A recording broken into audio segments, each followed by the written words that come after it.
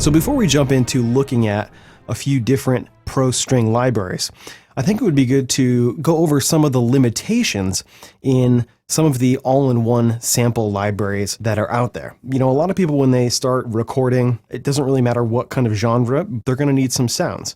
And there's a tremendous amount of music that can be made using one of these all-in-one sample packages and various kind of virtual instruments. And there are a few very popular sample players and sample collections that are kind of all-in-one packages where you have tons and tons of sound. One of those is Goliath, made by East West Sounds Online. And another one that's out there is Mark of the Unicorn, or Motu, has a product called Mach 5, and this is their version 3, which is called Mach 5 3, which is a little confusing, but this is another kind of all-in-one instrument package where it has some kind of samples and probably some synth stuff. It's another fairly popular product out there. You can see if we look at the sound patch list, you can see they have a whole bunch of different things. They have piano, organ, acoustic guitar, electric guitar, bass, strings, miscellaneous classical, brass, woodwinds, ethnic, choirs, percussion, drums. So a whole bunch of different things. A lot of these are going to be sample driven.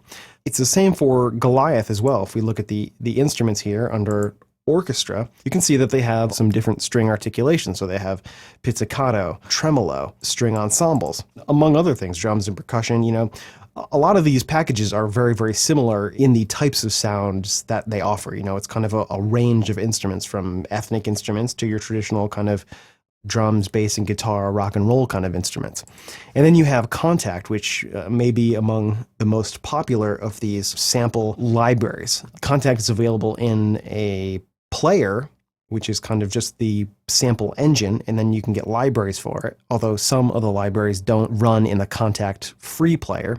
But Kontakt itself is actually a full sample library, over 1,000 instruments, 43 plus gigabytes of samples. And all of these are similarly priced too. Kontakt is about $400. So they're all very similar in price. They're all very similar in the types of instruments that they offer. You know, the sound quality may differ a little bit, but all of them offer some kind of orchestral strings. The question is, how good are they? What can they be used for? And if you have one of these products for making music, why can't you just use these strings? So we're going to look at Kontakt here inside of Reaper and just kind of get an idea of what we can do with these strings.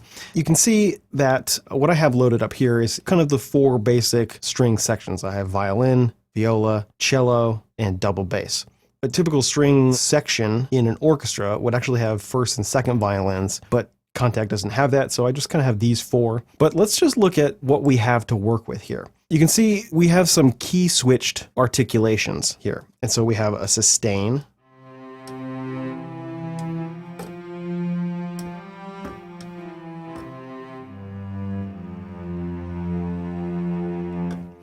and we have a forte piano. We have a sforzando, a staccato,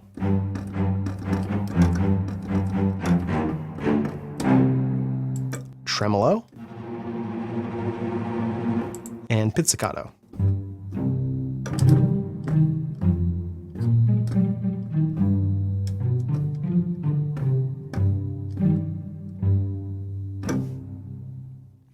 By themselves, they don't sound terrible. They're not great, but at first glance, these sound pretty decent. You know, the sustain is not half bad.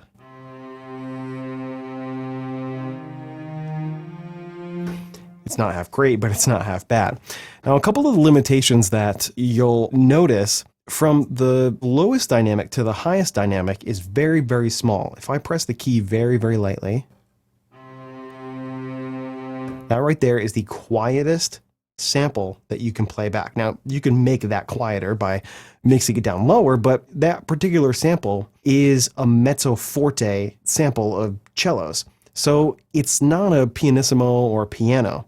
Your dynamic range with all of these articulations is tiny. And so that right there becomes pretty limiting. Now, when you look at the actual samples for the sustain, it looks like there are just 3. So there's a mezzo forte, there's a forte, and then there's a fortissimo, which is medium loud, loud, and really loud. That doesn't mean that there are just 3 volume levels, because those are kind of mapped over the velocity of the keys. So They basically velocity map this one sample over the bottom, a little more than 5/8 of the lower dynamic range. And then they stretch forte and fortissimo to the top kind of 2/8, if you will, or quarter, just a little more than a quarter, maybe the top third or so, is going to be the articulations themselves. Sustain is not actually an articulation. It's just kind of a way to describe the sound as opposed to an actual playing style.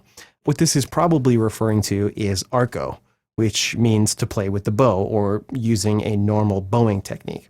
One kind of limitation here is there's no legato, so there's no way to connect the notes. If you play a line,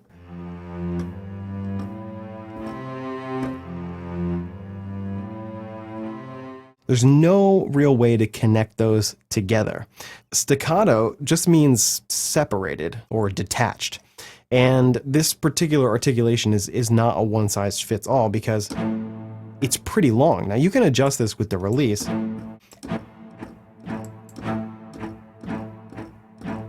But it doesn't really give you that super short staccatissimo articulation, which you would need for maybe a faster.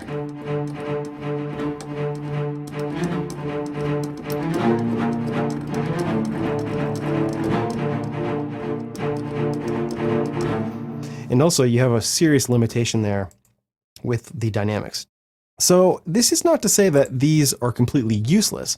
They have their place. A while ago, I think 4 years ago or so, I made this little piece of music and I used the strings and a bunch of the other orchestral sounds in here, and I think it came out pretty good with the materials that I had to work with. So check this out.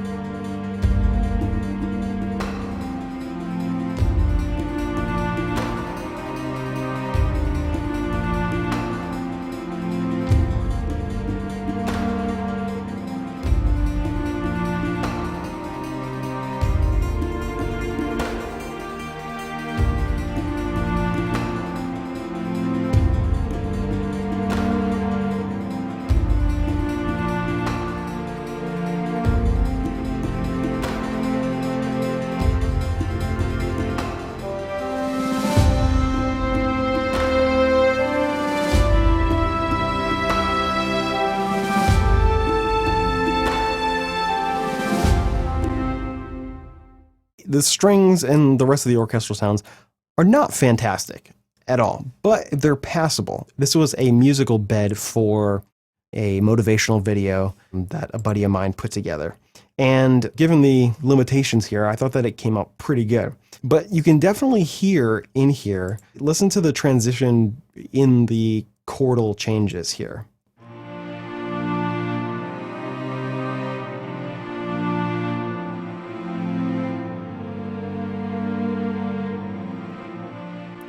This reveals another pretty big limitation, at least in these strings in Kontakt. There is no velocity mod wheel crossfading, if you will.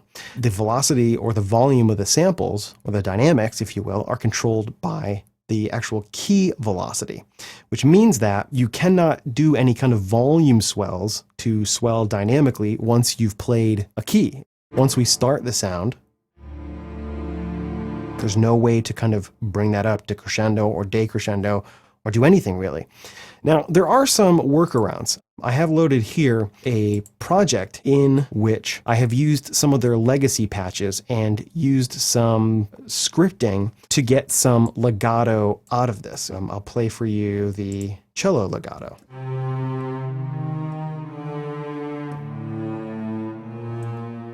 And also, you can see that I'm moving the mod wheel, so we can do